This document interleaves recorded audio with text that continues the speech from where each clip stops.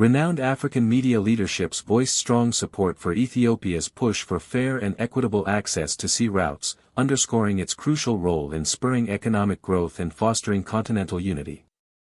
The media leaders emphasized that securing sea access is vital not only for Ethiopia's development but also for Africa's collective economic stability and political harmony.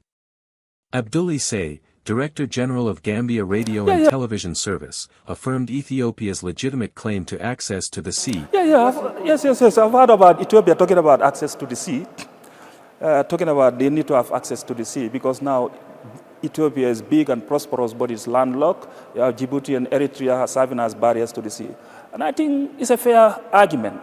A big power like Ethiopia needs to have access to the sea.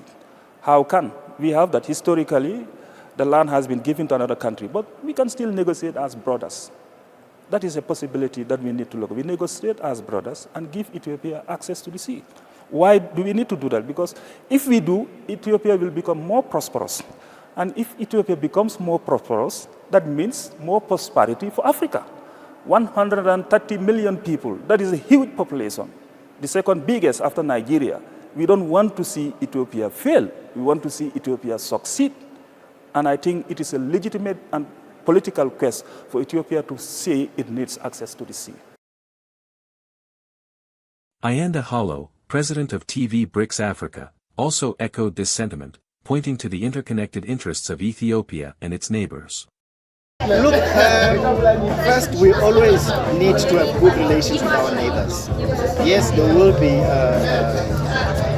misunderstandings, yet we need to always ensure that peace will lead us into understanding our neighbors. And understanding our neighbors means that whatever I can be able to do at sea, our neighbors will also benefit.